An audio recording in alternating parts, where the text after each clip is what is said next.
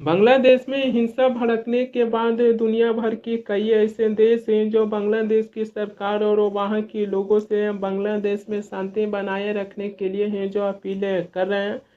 मगर इस समय पाकिस्तान की क्या स्टैंड है जो हिंसा को लेकर है, इसकी सच्चाई भी लोगों के सामने है जो आ गया है। दरअसल एक तरफ बांग्लादेश में हिंसा भड़की हुई है तो दूसरी तरफ पाकिस्तान के नेता हैं जो भारत को गीदड़ धमकी हैं जो दे रहे हैं। पाकिस्तान के प्रधानमंत्री शहबाज शरीफ की पार्टी मुस्लिम लीग पाकिस्तान पीएमएल के नेता कमरान सईद उस्मानी हैं जो एक वीडियो जारी कर कर भारत को गीदड़ धमकी देते हुए ये भी कहें कि पाकिस्तान बांग्लादेश पर भारत की कथित अखंड विचारधारा को थोपे जाने को ये कभी भी बर्दाश्त है जो नहीं किया जाएगा। शहबाज शरीफ की पार्टी के नेता हैं जो ये भी कहें कि इस समय बांग्लादेश में हिंसा भड़की हुई है, मगर इस समय पाकिस्तान और बांग्लादेश दोनों ही देशों के बीच हैं जो सैन्य गठबंधन करने की भी मांगे हैं जो किए हैं। शहबाज शरीफ की पार्टी के नेता हैं जो ये भी कह रहे हैं कि हम बांग्लादेश की भाई बहन के साथ हैं जो खड़ी हैं। बांग्लादेश पर किसी भी स्थिति में अगर कोई भी देश है जो हमला करने की कोशिश करते हैं तो पाकिस्तान की सेना और पाकिस्तान की मिसाइलें हैं जो उसको जवाब हैं जो देंगे। सवाल ये आ जाती है कि बांग्लादेश में हिंसा भड़की हुई है, लेकिन इस समय बांग्लादेश के ऊपर कौन हमला करने की कोशिश करेगा। जो पाकिस्तान के प्रधानमंत्री शहबाज शरीफ की पार्टी के नेता हैं जो इस तरीके से बयानबाजी हैं जो कर रहे हैं। सुनिए, पाकिस्तान के नेता हैं जो बांग्लादेश को लेकर भारत के प्रति हैं जो अपनी क्या प्रतिक्रिया दिए हैं।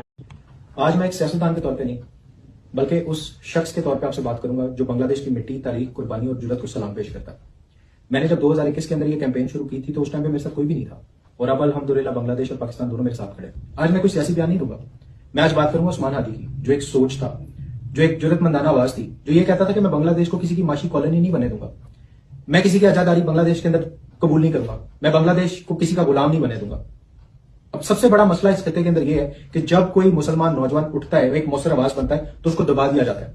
ये जो भारतीय आजादार बैठे हैं ना, ये अवाम का खून चूसने के लिए कभी इन्हें गुलामी से आजाद नहीं करना चाहते, चाहे वो बांग्लादेश का पानी बंद करने की सूरत में हो, चाहे वो फितनांगेजी करके जो है वो मुसलमान को मुसलमान से लड़वाने की सूरत में हो। अब मुसलमान नौजवान जो है ना वो इस चीज को बड़े अच्छे तरीके से इनकी साजिशों को समझ चुके हैं। अब पाकिस्तान और बांग्लादेश का बचा बचा जो है वो उस्मान हादी है।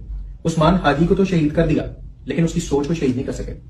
आज मुकम्मल तौर पे भारतीय आजादारी जो है उसको रिजेक्ट कर चुकी है बांग्लादेश की अवाम, मुकम्मल तौर पे रिजेक्ट कर चुकी है। और मैं अपने बांग्लादेशी बहन भाइयों को कहना चाहता हूं कि हम आपके साथ खड़े हैं। पाकिस्तानी अवाम, पाकिस्तान और पाकिस्तानी अफवाज आपके साथ खड़े हैं। अगर कोई माशी दबाव बांग्लादेश पे डालने की कोशिश करेगा या बांग्लादेश की खुद मुख्तारी पे अटैक करने की कोशिश करेगा तो पाकिस्तान की बाशऊर अवाम आपके साथ खड़ी होगी। अब मैं ब्राह्मण साम्राज्य को बड़ा एक क्लियर मैसेज देना चाहता हूं कि अगर अब किसी ने मैली निगाह उठा के बांग्लादेश की तरफ देखा ना, तो पाकिस्तानी अवाम, पाकिस्तानी अफवाज और हमारे मिसाइल आपसे दूर नहीं है। ऑपरेशन मार्का हक बुनियानुल मरसूस के अंदर जिस तरह हमने आपको नाको चबवाए थे ना, वो दोबारा कर लेंगे, कोई बड़ी बात नहीं है। अब बांग्लादेश को तालीम, तिजारत, टेक्नोलॉजी और दिफा में पाकिस्तान के साथ अपने ताल्लुकात को फरोग देने की जरूरत है। और ये कोई नफरत का पैगाम नहीं है, ये किसी मुल्क के खिलाफ इत्तेहाद नहीं है, ये हमारा बुनियादी दिफाई हक है जिसकी हम बात करें। पाकिस्तान का बांग्लादेश के साथ ताल्लुक 1947 के अंदर जो ताल्लुक कायम हुआ था वो किसी एक फर्द के लिए नहीं था, ना वो किसी एक हुकूमत के लिए था, वो एक नजरिए के लिए था, एक सोच के लिए था और एक उसूल के ऊपर सारी स्ट्रगल थी और जो सारे मामला थे। तो मेरे भाई उस्मान हादी, आपने एक क्लियर मैसेज दे दिया और वो क्लियर मैसेज अपनी शहादत के बाद आपने ये दिया कि कौमें जो है वो गोलियों से नहीं खामोशी से गुलाम बनती हैं। अब पाकिस्तान, बांग्लादेश, ये जो अखंड भारत आइडियोलॉजी है, इसकी गुलामी को पूरे खित्ते के अंदर एक्सेप्ट नहीं करेगा इंशाल्लाह। अल्लाह ताला मेरे भाई उस्मान हादी को करवट करवट जन्नत नसीब करे और मुझे, पाकिस्तान को, बांग्लादेश को अपने भाई से इस जुदाई पर सब्र जमील अता फरमाए। पाकिस्तान जिंदाबाद, बांग्लादेश जिंदाबाद। पाकिस्तान के प्रधानमंत्री शहबाज शरीफ की पार्टी के नेता कमरान उस्मानी हैं जो कहें कि हाँ मैं बांग्लादेश के लोगों के साथ हैं जो खड़ी हैं, लेकिन यहाँ पर वो शहबाज शरीफ की पार्टी के नेता हैं जो केवल उस्मान हादी को लेकर हैं जो बातें की हैं। लेकिन जिस प्रकार बांग्लादेश में एक हिंदू युवक को बेरहमी से हत्या कर दिया गया, इसको लेकर हैं जो पाकिस्तान के प्रधानमंत्री शहबाज शरीफ की पार्टी के नेता कमरान उस्मानी हैं जो एक शब्द हैं जो नहीं बोले। शहबाज शरीफ की पार्टी के नेता हैं जो ये भी कहें कि पाकिस्तान और बांग्लादेश के बच्चा बच्चा उस्मान हादी है। उस्मान हादी की तो शहीद कर दियो, मगर उसकी सोच को है जो शहीद नहीं कर पाए हो। पाकिस्तान की नेता हैं जो वैसे वैसे लोगों को हैं जो लेकर जिक्र करते हैं, जो भारत के खिलाफ अनर्गल बयान देते हैं, उसी के साथ हैं जो पाकिस्तान के नेता हैं जो खड़ी हो जाते हैं। सवाल ये आ जाती है कि पाकिस्तान के प्रधानमंत्री शहबाज शरीफ की पार्टी के नेता हैं जो पाकिस्तान और बांग्लादेश से सैन्य गठबंधन करने की भी बातें हैं जो किए हैं, लेकिन साल 1971 में जब पूर्वी पाकिस्तान से बांग्लादेश अलग हुआ था, उस समय बांग्लादेश की आज़ादी में भारत भी है जो अपनी भूमिका निभाए थे। लेकिन इस समय बांग्लादेश में हिंसा भड़की हुई है, जो हिंसा के बीच पाकिस्तान के प्रधानमंत्री शहबाज शरीफ की पार्टी के नेता हैं जो बांग्लादेश से सैन्य गठबंधन करने की हैं जो बातें कर रहे हैं। बांग्लादेश में कट्टरपंथी हैं जो लगातार वहाँ पर हिंसा कर रहे हैं, लेकिन कट्टरपंथियों को लेकर है जो पाकिस्तान के नेता एक शब्द नहीं बोले। भारत को गीदड़ धमकी देते हुए सैन्य गठबंधन करने की हैं जो बातें कर रहे हैं।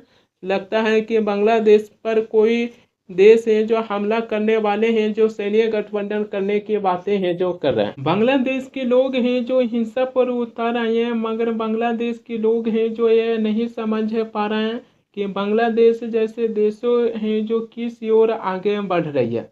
बांग्लादेश की हालत ऐसी हो गया है कि बांग्लादेश में खाने पीने के लिए हैं जो चीज़ें नज़र नहीं आ रही है। जो अब बांग्लादेश की अंतरिम सरकार के वित्तीय सलाहकार सालेहुद्दीन अहमद हैं जो भारत से 50,000 टन चावल खरीदने के लिए प्रस्ताव पर हैं जो मंजूरी दे दिए हैं कि अब बांग्लादेश हैं जो भारत से 50,000 टन हैं जो चावल खरीदेंगे। बांग्लादेश में इस समय भूखमरी है जो छाई हुई है, मगर बांग्लादेश में ऐसे ऐसे लोग हैं जो खाने पीने के लिए अन्न है जो उन लोगों के पेटों में नहीं है, लेकिन फिर भी बांग्लादेश में ऐसे ऐसे लोग हैं जो वहाँ पर विरोध प्रदर्शन करते हुए हैं जो आपको नज़र आएंगे। ऐसा ही हुआ था नेपाल में कि नेपाल की युवा हैं जो ओली सरकार के खिलाफ हैं जो विरोध प्रदर्शन कर रहे थे। नेपाल में एक युवक की गोली है जो लग गया था, लेकिन फिर भी वो युवा है जो नेपाल में ओली सरकार के खिलाफ है जो विरोध प्रदर्शन कर रहे थे। सवाल ये आ जाती है कि अगर बांग्लादेश भारत से 50,000 टन चावल खरीदते हैं तो क्या भारत और बांग्लादेश दोनों ही देशों के रिश्तों में है जो सुधार आ सकता है। हाल ही में अगर देखा जाए तो बांग्लादेश में हिंसा भड़कने के बाद भारत द्वारा बांग्लादेश की चट्टगांव में स्थित भारतीय वीजा आवेदन केंद्र में वीजा सेवाएं हैं जो निलंबित कर दिया गया था। इसी को देखते हुए बांग्लादेश भी भारत के लिए वीजा पर हैं जो रोक लगा दिए थे, यानी कि भारत और बांग्लादेश दोनों ही देशों के बीच हैं जो तनाव बढ़ा था। इसी तनाव को देखते हुए पाकिस्तान के प्रधानमंत्री शहबाज शरीफ की पार्टी के नेता भी यह मौके के फायदा उठाना चाहें कि जब भारत और बांग्लादेश के बीच हैं जो तनाव बढ़ा है तो हम चलते हैं बांग्लादेश से सैन्य गठबंधन करने के लिए। सवाल ये आ जाती है कि क्या बांग्लादेश की आज़ादी में जो भारत भूमिका निभाए हैं, क्या बांग्लादेश है जो अपनी उस भारत की भूमिका को भूलकर पाकिस्तान के साथ सैन्य गठबंधन करेंगे,